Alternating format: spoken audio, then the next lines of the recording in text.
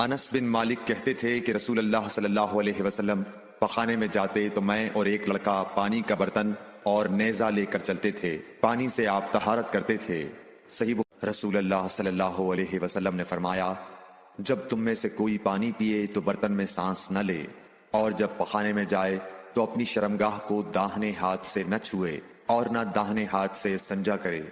نبی کریم صلی اللہ علیہ وسلم نے فرمایا، جب تم میں سے کوئی پیشاب کرے تو اپنا وضو اپنے داہنے ہاتھ سے نہ پکڑے، نہ داہنے سے طہارت کرے، نہ پانی پیتے وقت برتن میں سانس لے۔ حضرت ابو ہریرہ کہتے ہیں کہ رسول کریم صلی اللہ علیہ وسلم ایک مرتبہ رفع حاجت کے لیے تشریف لے گئے۔ آپ کی عادت مبارکہ تھی کہ آپ چلتے وقت ادھر ادھر نہیں دیکھا کرتے تھے، تو میں بھی آپ کے پیچھے آپ کے قریب پہنچ گیا۔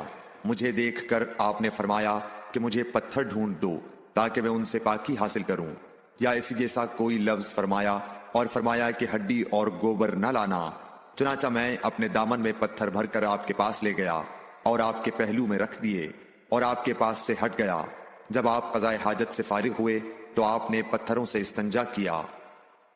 ابن عباس رضی اللہ تعالی عنہ کہتے ہیں کہ رسول اللہ صلی اللہ علیہ وسلم نے وضو میں ہر عضو کو ایک ایک مرتبہ دھویا۔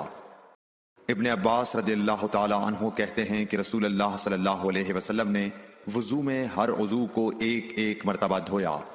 عبداللہ بن زید رضی اللہ تعالی عنہ بیان کرتے ہیں کہ نبی کریم صلی اللہ علیہ وسلم نے وضو میں اعضاء کو دو دو بار دھویا۔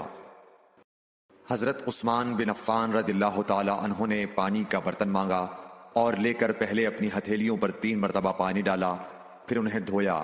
اس کے بعد اپنا داہنا ہاتھ برتن میں ڈالا اور پانی لے کر کلی کی اور ناک صاف کی، پھر 3 بار اپنا چہرہ دھویا اور کوہنیوں تک 3 بار دونوں ہاتھ دھوئے، پھر اپنے سر کا مسح کیا، پھر پانی لے کر ٹخنوں تک 3 مرتبہ اپنے دونوں پاؤں دھوئے، پھر کہا کہ رسول اللہ صلی اللہ علیہ وسلم نے فرمایا ہے کہ جو شخص میری طرح ایسا وضو کرے پھر 2 رکعت پڑھے جس میں اپنے نفس سے کوئی بات نہ کرے تو اس کے گزشتہ گناہ معاف کر دیے جاتے ہیں۔